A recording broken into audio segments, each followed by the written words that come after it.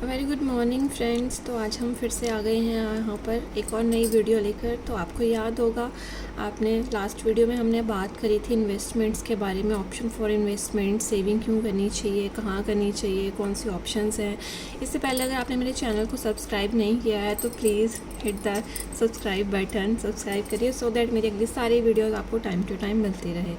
तो हमने last time बात करी थी इन्वेस्टमेंट्स के बारे में, जिसमें हमारे पास ऑप्शंस अवेलेबल थी। So many options are there. तो सबसे फर्स्ट पॉइंट हमने डिस्कस किया था इंश्योरेंस के बारे में, कि इंश्योरेंस में अभी लोग बहुत इन्वेस्टमेंट्स करते हैं, क्यों करते हैं, कैसे करते हैं। तो अब हम इंश्योरेंस के बारे में बात करें तो वैसे तो इंश्योरेंस एक बहुत ही कोर प्रोडक्ट है, जिसमें हम सिर्फ अपनी लाइफ को सेव करने के लिए इंश्योरेंस के में पैसा प्रीमियम देते हैं।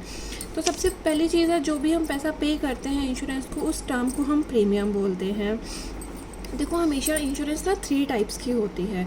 सबसे पहले लाइफ इंश्योरेंस होती है, आफ्टर दैट हमारी हेल्थ इंश्योरेंस आती है, एंड आफ्टर दैट हमारी मोटर इंश्योरेंस आती है। नाम आपने बहुत सुने होंगे, ये बहुत ही वास्ट टॉपिक है, इसके बारे में जितनी बात हम कर सकते हैं वो भी कम है। तो आज हम सबसे पहले लाइफ इंश्योरेंस के बारे में ही बात करेंगे।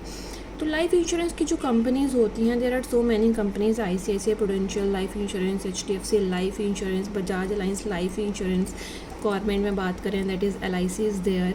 तो इन सारी कंपनीज़ को रेगुलेट कौन करता है, इन सारी कंपनीज़ की रूल एंड रेगुलेशंस कौन बनाता है, वो होता है IRDA, insurance regulatory development authority of India. ये सब लोग, IRDA जो होता है वो इन सारी कंपनीज़ को रेगुलेट करता है, चाहे वो गवर्नमेंट हो चाहे वो प्राइवेट हो। गवर्नमेंट में हमारे पास LIC आती है, प्राइवेट में हमारे पास ऑल ओवर 24-25 कंपनीज़ हैं मार्केट में जो भी काम कर रही हैं। तो उसमें से हम ICICI प्रूडेंशियल है, HDFC लाइफ है, आदित्य बिरला है, बजाज अलायंस है, जिनके बहुत सबके हमने नाम भी सुने हुए हैं, टाटा है। तो ये सारी कंपनीज़ हैं जो इंश्योरेंस प्रोवाइड करवाती हैं। अब इंश्योरेंस में हमेशा 3 टाइप ऑफ प्रोडक्ट्स होते हैं। एक होती है प्योर इंश्योरेंस, जिसको हम टर्म इंश्योरेंस भी बोलते हैं। एक होता है हमारे ट्रेडिशनल प्लान, और एक होते हैं हमारे यूलिप प्लान्स। तो सबसे पहले अगर हम प्योर इंश्योरेंस की बात करें तो इस बारे में ऑलरेडी मेरे चैनल पे मैंने टर्म इंश्योरेंस पे एक वीडियो बनाया हुआ है, आप उसको जाके चेक कर सकते हो। उसमें कभी भी हमारे पास रिटर्न नहीं आती है। प्योर टर्म इंश्योरेंस में हमेशा हमारी डेथ पर ही पैसा मिलता है।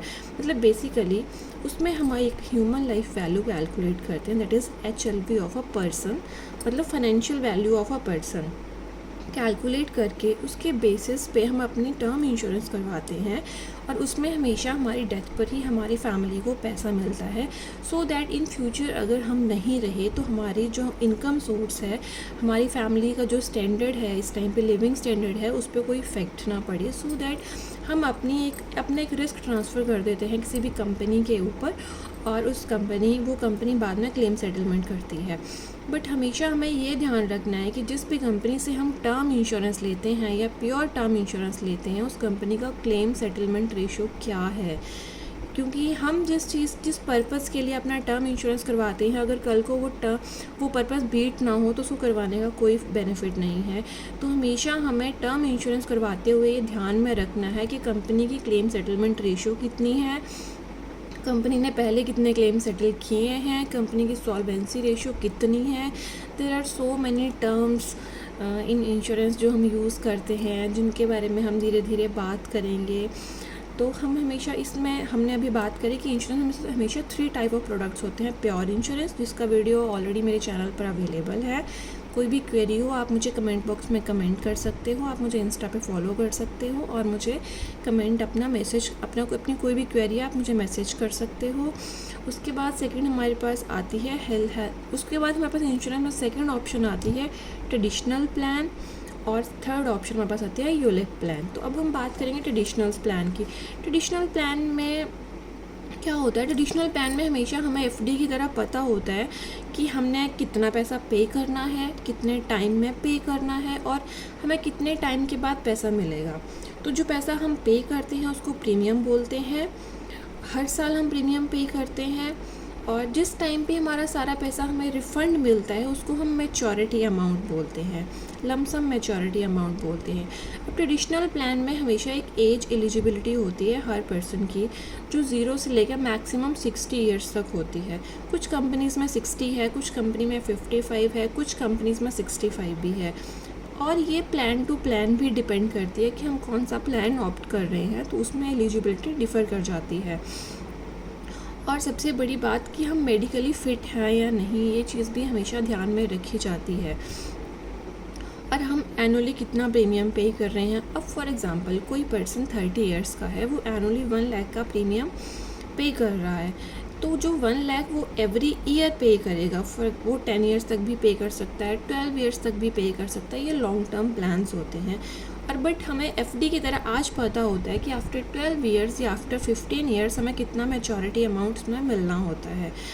और अगर ड्यू टू एनी रीज़न या कोई भी मिसहैपनिंग हो जाती है उस टर्म में, फॉर एग्ज़ाम्पल मैंने कोई प्लान कराया 15 साल का, और 15 साल के अंदर अगर कुछ भी मिसहैपनिंग हो जाती है, भगवान ना करे, तो उस केस में हमें हमेशा 10 टाइम रिस्क कवर मिलता है। 10 time risk cover of what amount?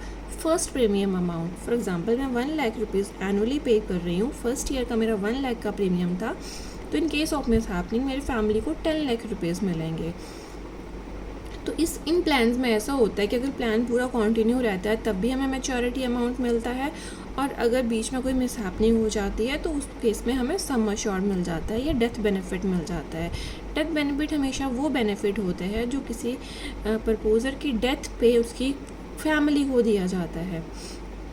तो इन प्लान्स में हमेशा हमारे पास ये होता है कि हमारे पास रिस्क कवर भी हो जाता है, हमें टैक्स रिबेट भी मिल जाती है, और हमें मैच्योरिटी अमाउंट इन फ्यूचर भी मिल जाता है। अब कुछ लोगों का कहना ये होता है कि जी मेरा बच्चा अभी भी मेरा बच्चा हुआ है, उसकी एज तो 0 है, तो 15 साल के बाद या 18 साल के बाद वो +2 कर जाएगा, तो उसके फ्यूचर एजुकेशन के लिए मुझे पैसा सेव करना है। तो उन प्लान को ध्यान में रखते हुए भी लोग इन चीज़ों में इन्वेस्टमेंट्स करते हैं, क्योंकि वैसे तो हम कभी सेविंग नहीं कर पाते। सेविंग हमेशा ऐसे ही होती है कि अकाउंट से पैसा चला गया तो सेविंग हो गई, अगर अकाउंट में वो पैसा पड़ा रहा तो हमने यूज़ कर लिया, हमने एटीएम में जाके पैसे निकाले, विड्रॉ कर लिए, कुछ भी कर लिया, तो ऐसे हमारा पैसा यूज़ हो जाता है।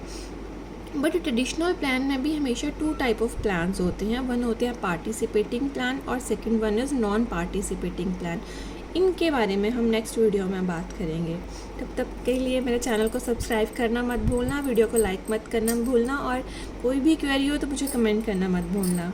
Thank you so much. Okay, bye bye, take care.